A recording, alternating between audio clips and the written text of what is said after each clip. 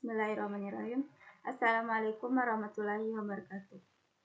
Perkenalkan, nama saya Nur Anissa dari kelas BC 242 dengan NIM 240407511000. Baik, jadi di sini saya akan menjelaskan mengenai antropologi. Jadi langsung saja kita mengetahui terlebih dahulu pengertian dari antropologi. Antropologi adalah sebuah ilmu yang mempelajari tentang segala aspek manusia dan tentang kehidupannya. Ilmu ini mencangkup studi tentang asal-usul manusia, evolusi, serta perkembangan kebudayaan dan masyarakat dari zaman dulu sampai zaman sekarang. Selanjutnya, adapun pengertian antropologi menurut para ahli, yaitu yang pertama, menurut Koetjaringrat. Ia mengatakan bahwa antropologi adalah ilmu yang mempelajari tentang umat manusia pada umumnya dengan mempelajari aneka warna, bentuk fisik masyarakat, serta kebudayaan yang dihasilkannya. Selanjutnya, menurut William Haviland yang mengatakan antropologi adalah studi tentang umat manusia yang dimana berusaha menyusun generalisasi yang bermanfaat tentang manusia dan perilakunya serta untuk memperoleh pengertian yang lengkap tentang keanekaragaman manusia. Adapun pengertian dari konsep dasar antropologi. Konsep dasar antropologi adalah mencari tahu cara pandang manusia tentang dunia, bagaimana mereka beradaptasi, dan bagaimana mereka memahami kebudayaan dan masyarakat. Penggunaan konsep dalam antropologi adalah penting karena pengembangan konsep didefinisikan dengan baik yang merupakan tujuan dari setiap disiplin ilmu. Adapun contoh dari konsep antropologi yaitu kebudayaan, evolusi, daerah budaya, enkulturasi, difusi, akulturasi, etnosentrisme, ras dan etik suatu masyarakat, kekerabatan, tradisi, magis, tabu, dan perkawinan. Selanjutnya, adapun sejarah dari antropologi. Fase yang pertama itu dimulai sebelum abad ke-18, di mana banyak dihasilkan tulisan oleh para musafir, pelaut, pendeta, para pegawai jajahan, para misionaris yang berasal dari Eropa, di mana dia menghasilkan tentang kisah-kisah perjalanan dan cerita kehidupan masyarakat di luar Eropa yang mereka temui dengan keunikan adat istiadat dan kebudayaannya. Selanjutnya, fase kedua, perkembangan antropologi terjadi di pertengahan abad ke-19. Fase ini ditandai oleh keberhasilan para ilmuwan dalam menyusun karya-karya etnografi yang disusun berdasarkan pola pikir evolusi sosial, yaitu di mana menyusun secara sistematis mulai dari masyarakat dan kebudayaan yang sangat sederhana hingga masyarakat tingkat yang lebih tinggi. Kelompok masyarakat yang digolongkan ke dalam tingkat yang paling tinggi atau beradab adalah masyarakat Eropa Barat. Nah, selanjutnya itu fase yang ketiga. Fase yang ketiga, perkembangan antropologi terjadi pada awal abad ke-20. Antropologi telah berkembang bukan hanya sebagai ilmu yang mengkaji masalah kehidupan bangsa-bangsa di luar Eropa, akan tetapi juga dalam rangka memperoleh pengertian tentang masyarakat modern, di mana banyak negara memanfaatkan antropologi dalam upaya memahami karakteristik kehidupan suku bangsa yang ada di wilayah jajahannya. Dan selanjutnya pada fase keempat, terjadi sesudah tahun 1920-an. Bagi pemerintah, antropologi dijadikan ilmu praktis guna memperoleh pemahaman pemakaian tentang kehidupan dari masyarakat jajahannya. Sedangkan para akademisi lebih tertarik guna memperoleh pemahaman tentang masyarakat secara umum, yakni keberadaan masyarakat yang dianggap masih primitif dan yang sudah kompleks. Pada masa ini, antropologi telah menerapkan metode ilmiah dalam mengkaji dan memperoleh bahan-bahan yang diperlukan guna memperoleh pemahaman tentang kehidupan masyarakat dan kebudayaannya. Dan yang terakhir, fase kelima terjadi setelah tahun 1970-an. Kajian ini pada bidang antropologi di negara-negara berkembang terus mendapat perhatian, terutama dalam kaitannya dengan kegunaan praktisnya yang mampu mendeskripsikan berbagai permasalahan sosial budaya. Deskripsi ini kemudian berguna sebagai masukan dalam upaya pengambilan kebijakan pembangunan seperti masalah kemiskinan, kesehatan, hukum adat. dan sebagainya. Selanjutnya, adapun tujuan dari mempelajari antropologi yang pertama untuk mendeskripsikan objeknya sedetail mungkin tentang cara kehidupan kelompok manusia dari berbagai sudut yang ada di belahan bumi setiap periodenya, serta karakter fisik manusia-manusia. Dan yang kedua, untuk bisa menemukan prinsip umum mengenai gaya hidup manusia beserta dengan cara hidup tersebut pada akhirnya bisa terbentuk.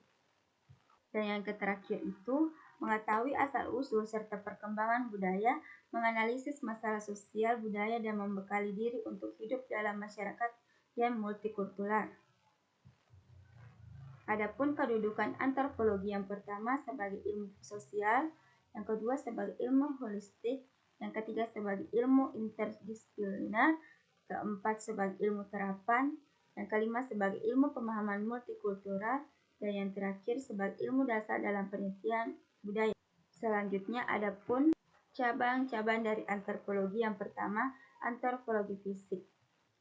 Antropologi fisik adalah cabang antropologi yang mempelajari aspek biologis manusia termasuk evolusi, genetika, dan adaptasi fisik manusia terhadap lingkungan. Pada cabang ini memfokuskan kajiannya pada manusia sebagai organisme biologis, dan salah satunya menekankan pada kajian masalah evolusi manusia, sementara kajian yang secara khusus meneliti sisa-sisa tubuh yang telah membatu atau fosil yang ditemukan dalam lapisan-lapisan tanah yang disebut paleontologi. Antropologi fisik ini mempelajari keragaman manusia di dunia dilihat dari segi fisiknya. Ilmu ini mencoba untuk memahami sejarah terjadinya keragaman manusia berdasarkan ciri-ciri fisik atau tubuhnya yang tampak seperti fenotipik atau secara lahiriah seperti warna kulit, bentuk muka, tengkorak, bentuk hidung, atau ciri-ciri fisik bagian dalam seperti golongan darah. Berdasarkan klasifikasi di atas tersebut, manusia dapat digolongkan ke dalam beberapa golongan yang disebut ras. Nah, kita juga telah mengetahui bahwa di dunia ini terdapat beberapa kategori ras seperti ras Caucasoid, Malesioid, Negroid, dan sebagainya. Nah, selanjutnya itu ada antropologi budaya. Antropologi ini mempelajari kebudayaan manusia, termasuk adat istiadat, tradisi, bahasa, dan simbol-simbol budaya. Ilmu ini mengkaji bagaimana manusia mampu berkebudayaan dan mengembangkan kebudayaan dari masa ke masa, di mana di sini fokus yang dipelajari oleh ilmu ini adalah cara hidup manusia dalam memelihara dan mengubah lingkungannya, dan cara hidup ini diperoleh manusia melalui proses belajar atau sosialisasi dan pengalaman hidup. Dan selanjutnya itu arkeologi. Arkeologi adalah mempelajari kebudayaan manusia melalui sisa-sisa material dari masa lalu, seperti artefak, bangunan, dan fosil. Arkeologi ini tidak hanya berfokus pada benda-benda fisik, tetapi juga pada bagaimana benda-benda tersebut dapat digunakan, diproduksi, dan bagaimana mereka memberikan informasi tentang kebiasaan dan budaya masyarakat masa lalu. Nah, selanjutnya itu antropologi linguistik. Antropologi ini mempelajari bahasa dan komunikasi manusia, termasuk bagaimana bahasa berkembang dan berinteraksi dengan budaya. Nah, yang kita ketahui juga bahwa manusia diberi kelebihan dibandingkan dengan makhluk hidup lainnya dalam menciptakan simbol-simbol yang terangkum dalam istilah bahasa. Bahasa sangat penting karena sebagai media berkomunikasi sehingga interaksi antara individu atau antar kelompok akan menjadi lebih efektif. Selain kemampuan menciptakan bahasa, manusia pun masih memiliki insting dalam berkomunikasi seperti halnya yang dimiliki oleh makhluk hidup lainnya.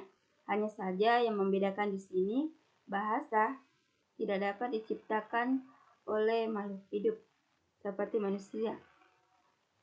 Nah, oleh karena itu, bahasa merupakan lambang kepintaran yang dimiliki manusia yang diperolehnya melalui proses belajar. Oleh karena itu, bahasa merupakan ciri dari kehidupan manusia atau bahasa merupakan ciri dari kebudayaan manusia. Nah, selanjutnya itu pendekatan holistik. Pendekatan ini berusaha memahami manusia sebagai keseluruhan dengan menggabungkan aspek biologis, sosial, dan budaya. Pendekatan ini memberikan pemahaman yang lebih lengkap tentang manusia dan mempertimbangkan bagaimana berbagai aspek tersebut saling berkaitan. Nah, selanjutnya itu pendekatan komparatif atau masyarakat praaksara. Pendekatan ini membandingkan berbagai budaya dari tempat dan waktu untuk menemukan persamaan dan perbedaan dalam cara hidup manusia. Dan selanjutnya, pendekatan historis, yang dimana mengutamakan asal-usul kebudayaan.